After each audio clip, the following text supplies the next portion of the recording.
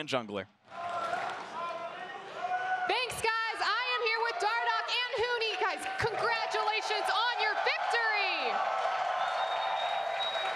And a pretty dominant one at that 3-0 clutch. I got to ask you guys, how confident were you coming into today? After we lose semifinal, I think we actually fixed a lot as a team too, and also there was a lot of kind of draft problem. So it feels like we had a lot of confidence against us CG, which is like we also had practice before we play semifinal, and then we knew that they're not a better team than us. So definitely, like we have so much confidence in it. Dardoch, you confident? Yeah, pretty much the same as Huni. We played CG and 100 Thieves primarily before we played TL in semifinal, and our scrims were pretty one-sided versus Clutch for sure. Now, kind of in the first two games, you had some phenomenal performance in the jungle, basically making it so that Lyra couldn't really do anything. Where do you think that Echo Fox excelled today? Say that again? Where do you think Echo Fox excelled today? I think our preparation was really good, and because of the draft, I could do a bunch of, I guess, unique clears as Olaf, starting in his jungle. And due to the fact that, I mean, in the first game we had Talia, so he couldn't really answer, and the second game, I think he just played bad. But, yeah, I think my team helped me a lot in the early game, getting me these leads. Great. Well, you have a wonderful team at that. And over the split, it seems like you guys were growing and kind of meshing along with everyone. So compare your performance today in the third place match to maybe your performance throughout the entire split. Huni? Yeah, I mean, it's not about happy actually being in third place. It's like 3 times in a row. But still, you know, there's like summer split, which is like more important for us for the World Championship. And then also we secure for Rift Rivals. So like, I'm really, really excited for Rift Rivals too, since it's in LA. I hope you guys are actually watching a lot, cheering for LA team too. I mean, definitely time is gonna be, you know, Rift Rivals is gonna be like proof that, you know, NA better than EU. Hell yeah. I mean, we are, but Dardoch. Yeah, double check, you know. We are, but double check. Anything to add? No, I mean, yeah, it's obviously not as fun coming here for third, fourth, but I mean, it's still an opportunity to show that we're a strong team, and I think we did that. Well, you guys do have Rift Rivals ahead of you, a chance to gain some international experience, and Huni, for you to take down Reckless. Any thoughts going into that? Yeah, I think my crowd wanted me to say easy, you know. GG, easy. Gentlemen, congratulations again on your victory. Back to you guys.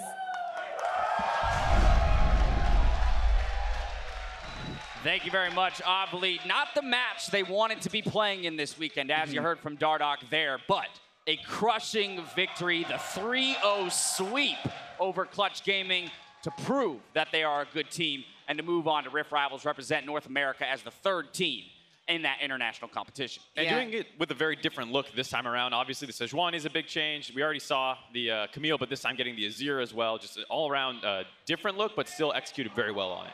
Yeah, I do want to talk a little bit about like Huni's third time as a third-place finisher here, because I think what happens is he comes into semifinals and his team has an off day.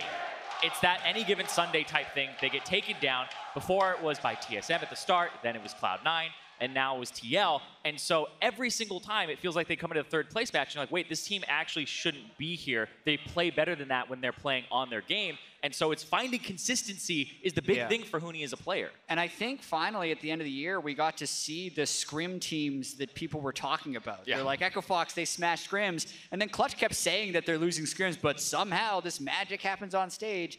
And that ran out today. Yeah, and then Echo Fox continued to smash them. We saw Rick Fox getting set up on stage for an interview, a big smile on his face, and very much deserved. And again, this points to this idea that Echo Fox, for the entirety of the split, was questioned as a team in their mentality and how they would rebound and where they would collapse. they showed some resilience here at the end of the split. Yes, they lost their semifinal, but to bounce back and kind of refute some of that criticism thrown their way. Yeah, and I think collapse wouldn't even be the right term. This was a team that there was a drastic meta change on 8.4, and that felt like when things started going south, and they figured it out here. It took them a while, obviously, but they pretty clearly demonstrated that they are one of the top teams in North America now. Yeah, it seemed like back to basics, right? Dardoch, play around your solo laners, bottom lane, just do not die. And Dardoch is just all over the map. Great synergy with Huni and great synergy with Phoenix, and it comes up in this whole entire series over and over again, and they're able to just take it 3-0. I mean, again, throughout the playoffs, we were talking about a bot lane focused meta. Well, Fox decided to turn that meta on its head and take it to the top side this entire time. Yeah, and I also do think one of the missing pieces for Echo Fox in the midseason was Phoenix.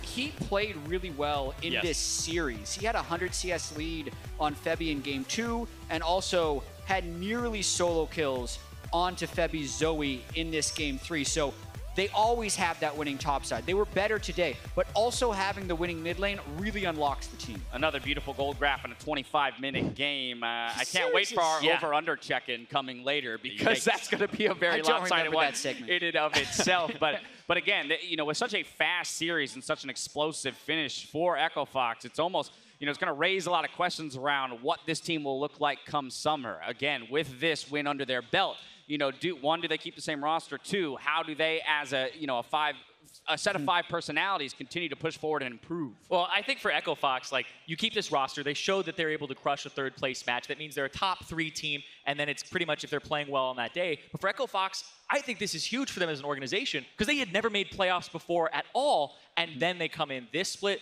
making some great changes to the roster, and then it ends up working out for them. Huge strides for this organization this year. We have another interview ready on stage, so let's send it back to Avali and Echo Fox's owner. Thanks, guys. I am here with both Stratton and Rick Fox from Echo Fox. Rick, this has been an incredible victory, not only for Echo Fox League of Legends teams, but for the organization in general. The team going from never qualifying for playoffs to making it to the top 3. How happy are you with this victory? I never knew 3rd place could feel so good. It is amazing. It is really amazing. I would be remiss if I didn't wish 2 other people were here today right now with us. That is Ahmed and my son Kyle. 2 people that have been there from the beginning.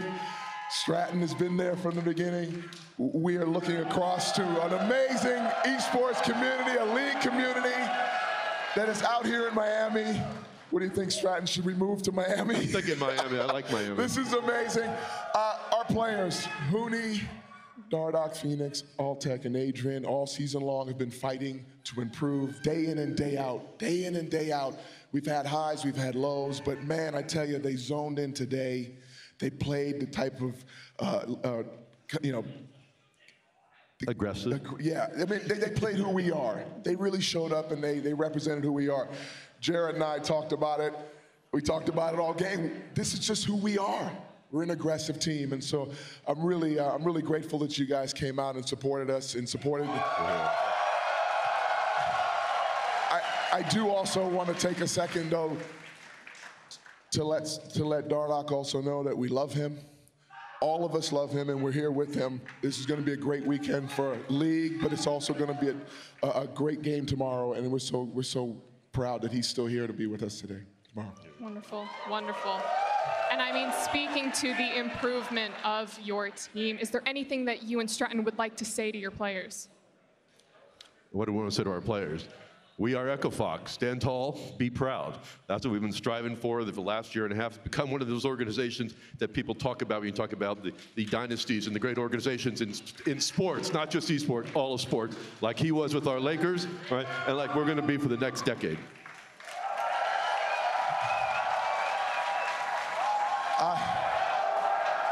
Yeah, it's been an amazing 3 years growing as an organization, but being welcomed into this community by all of you and watching our brand grow with amazing partners like the Yankees that are here today and so many other people.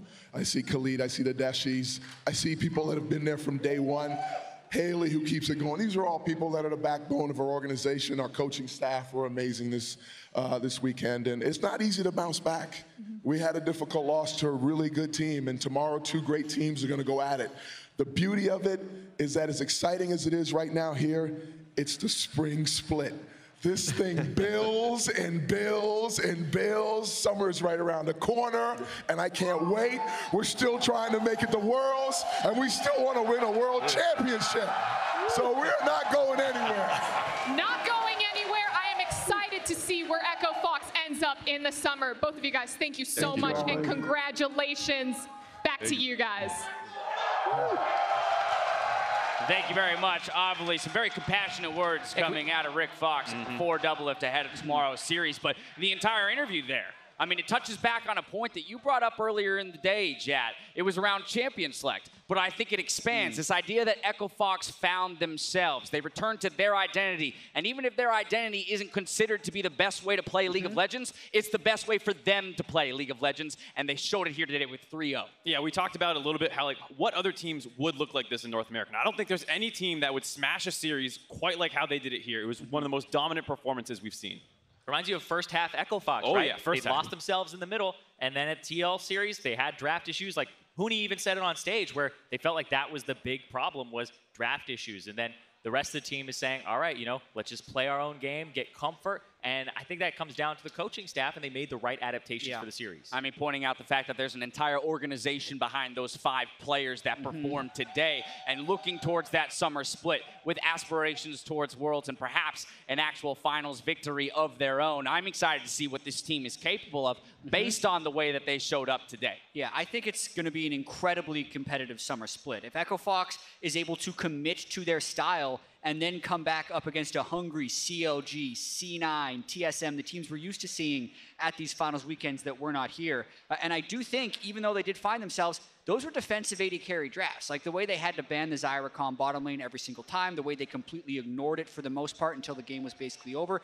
That's a telegraphed playstyle that Clutch wasn't able to punish. It is the way they found victory, but if they do want to win the World Championship, as Rick Fox says, they got to clean that up. Without a doubt, and while we kind of reframe back to this series as a whole on the big stage, the entirety of Echo Fox made the trip to Miami worthwhile by bringing home the W, but one player was an absolute madman. So Dardoch will earn Player of the Series. I don't think this is a surprise to anyone who watched these games. He was an absolute beast on the Olaf pick the first 2 games, running over the early games with the support of his team, and just playing with, like I said, a tenacity you don't often see, flashing on top of anyone who dares enter both quadrants of the jungle. And this just has to be a resounding amount of affirmation for Dardoch, because he has gone from team to team. He has been kicked off of rosters. He has been toxic and talked about his past where he didn't fit with teams. And now he's got Player of the Series in the biggest match that Echo Fox has ever played off of him synergizing with the team and carrying. Yeah, he had a Players Tribune article a couple weeks ago talking about what he's learned as well, trying to harness that energy that he always has and understanding the impact he can have on his teammates, both in the negative and the positive. And looking at the player cams, he definitely had the positive energy today. He was constantly almost up out of his seat, like looking at the rest of his team, talking to them, really getting them on the same page. And it was working really almost better than we've ever seen it with a Dardoch team today. And I think to some degree, that's going to be the continual challenge for this team, right? It's not that they've completely removed the personalities conversation from the identity of their team. That's going to persist as long as these 5 players are on a roster together. But it's about narrowing in and building in those safeguards so that they don't fall off the tracks as often, and they kind of keep that straight and narrow and keep pushing forward. Definitely trying to incorporate their personalities versus straighten them all out or something. Yeah, you don't want to segment them, right? You're not trying to separate them out and make them people they're not, but you got to find a way to get all 5 of these guys to work together and understand what makes each other tick. Definitely why I'm looking forward to seeing them in international competition as well, because like that aggressiveness, I want to see that out of North America on any sort of international stage. Rift Rivals to start, and if they go to Worlds, great. I would love to see a team that's performing like that at Worlds. I mean, of course, we did see the 3rd place matchup in EU finish today. I mean, just as a gut check feeling here, how do you feel an aggressive team like Echo Fox might fare on an international stage where a lot of times we see people Week 2? slow down? Week 2 NA, please. I think they would be great at destroying that Week 2 NA meme, because I don't think that they wouldn't adapt or anything like that. They feel like they would go all out. Unfortunately, I got a few questions. Is it a carry top meta? That's a really good point, right? I mean, we got to Because didn't need it here. Like, yeah, they won today against Clutch, but I don't think that means that they can succeed in a bot lane focused meta. Unfortunately, I'm not clairvoyant. I What are mean, your thoughts? Conqueror's coming out in terms of patches. So it'll be like So that 6 months from now, Well, so Hooney's already doing it on a non-conqueror patch with things like Camille. It should only aid him as we move into something that could be abused against tanks in that top lane. Now, looking back at our over-unders from the beginning of the day, I want to see how the three of you rank. First up, we had Hooney's isolated deaths that we were tracking. We put the line at 2.5. Oh, what are you guys doing? You said over. Zyrene, you said over. And in nuts? actuality, there was one isolated death in a 3-game series Is that his out only of Hooney. death, too? Yeah, it may have been his only Pretty sure. death I don't as know. well. Yeah, it was 5 people going after him, so. It was his only death as well. I just received confirmation. So, he's got a mark. Egg on their face. He played really well. Like, that's the did, thing. yeah, he did. Fox had so much map pressure that there was never an opportunity for Clutch to collapse on him. Like, the whole reason that I would have bet over on this one is I also predicted Clutch to win the series. That's and a good in that point. world, Hooney would be getting ISO deaths, but they completely smashed them today. All right, moving on to our second over-under. It was average game time at 36:30. The actual average game time? Oh, yeah. 25. Take the headset off. You're done, dude. You're done with the day. You need to That refresh. wasn't even close. Take a nap. It's 11 minutes below the Oh over-under. my God. I mean, yeah, I mean, Yikes. you know, now I wish we had chosen a different number or even asked you guys to No, spitball like- what you thought it was, because I bet when you said under, you didn't think this far No, under. I wouldn't put it 10 minutes under the estimate. Listen, Not even close. I think our stats people make good over-unders. They do. They base They put it a off lot of work into They it. base it off of all of the previous results. They try and take into account the patch, all these things, and it put the over and under at 36 minutes. So the fact that Echo Fox won in 25 shows how much they exceeded expectations today. I just got a you bet your ass. From the stats, Oh, dude. yeah, I did. All right. So, hey, our third line was total kills in this series, 67.5. And for a 3-game series, we had a fair number of kills, but it didn't quite make the mark. Yeah. We had 58 this time around. Hard to get over that many kills when you're ending games at 25 minutes. There's not very many team fights where you're getting like 6-kill fights and both teams are trading out equally. That didn't happen at all. I wonder if this is the kill per minute record That would be in a interesting. series or something like that. Again, we'll verify that and find that for you later on, perhaps. Now, we want to take a moment and return to the chrono break in Game 3. We heard the community feedback, and there was some concern among fans that it gave an unfair advantage to Echo Fox. So we're going to share the shadow play of what Hooney saw and why the chrono break was offered. Yeah, so this is his view. I'm seeing this for the first time, and basically, Yeah, you're just like, where am I? he's gone. Oh, whoa. He's There- gone. hello. Then he pops He up. was disappeared that entire time. And anyone who's Yeah. played against knockup champions for a substantial period of time playing League of Legends, you probably had that bug where your Alistair pulves you and you disappear. And I think a lot of people have gone through that, but just based off how our spectator client didn't see that bug, there was that confusion. For clarity's sake, that was directly pulled from Hooney's computer. And while I want to reference the game time and where it was resumed, because there were some questions around that as well. So regarding the time where the game was resumed, league officials always restart the game at a dead ball state prior to the bug. And both teams were aware where the game would resume. Now, it was a small moment in a rather lopsided series, but we did want to offer total transparency over that call. Moving on from that, though, again, we can't let that overshadow the dominance of Echo Fox throughout this entire series. And by the same token, I think I do want to dive into a little bit of Clutch Gaming. Again, this is the team that eliminated TSM from the playoffs, went on and played a really close 5-game series against 100 Thieves, and then today, it just wasn't there. And I guess that's my question. Are we looking at stylistically, that this team, didn't have what it takes to take down Echo Fox? Was it preparation? Where was the failure today for Clutch Gaming? I think there are a couple things. Lyra got completely outpathed by Dardoch, and a lot of that was Dardoch, but there was a lot of blame on Lyra as well.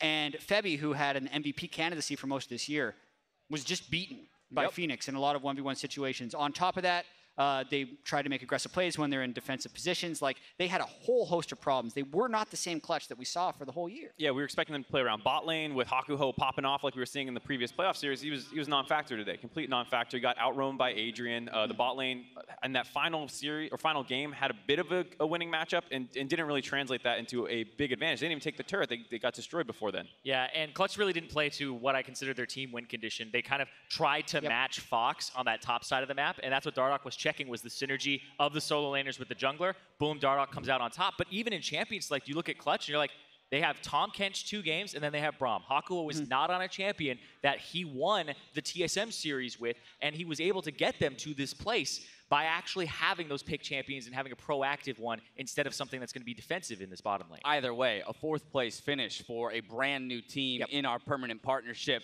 spring split here. It's still a phenomenal finish for Clutch Gaming. I do imagine all 5 of those guys will hold their heads high at the conclusion of today. And you heard some of the casters talking about the lack of stage experience. Take this opportunity. You finally played in front of a big crowd. Take it into summer. All right, well, with our series today, we now have the 6 teams competing at Rift Rivals back in Los Angeles. Those are 100 Thieves, Team Liquid, and Echo Fox, who will defend North America's title against Fnatic, G2, and Splice. Looking at these names, looking at these titles, Zyrene, you pointed out at the top of the day that we're going to have 3 new teams defending the title that was won last year. It's going to be a completely different look for North America. And after this result, I want to see Huni go up against Reckless. I want to see him go up against Europe. And like you said, just double check that NA is greater than EU. I like how we're doing it with new orgs, too. We're like, yeah, we sent our 3 best last year. Smashed you. Here's the new guard. They're going to smash you, too. It's a very, NA way of proving how dominant we are. Very much so. And, of course, our final weekend is not over yet. Make sure to meet us back here tomorrow where 100 Thieves and Team Liquid battle it out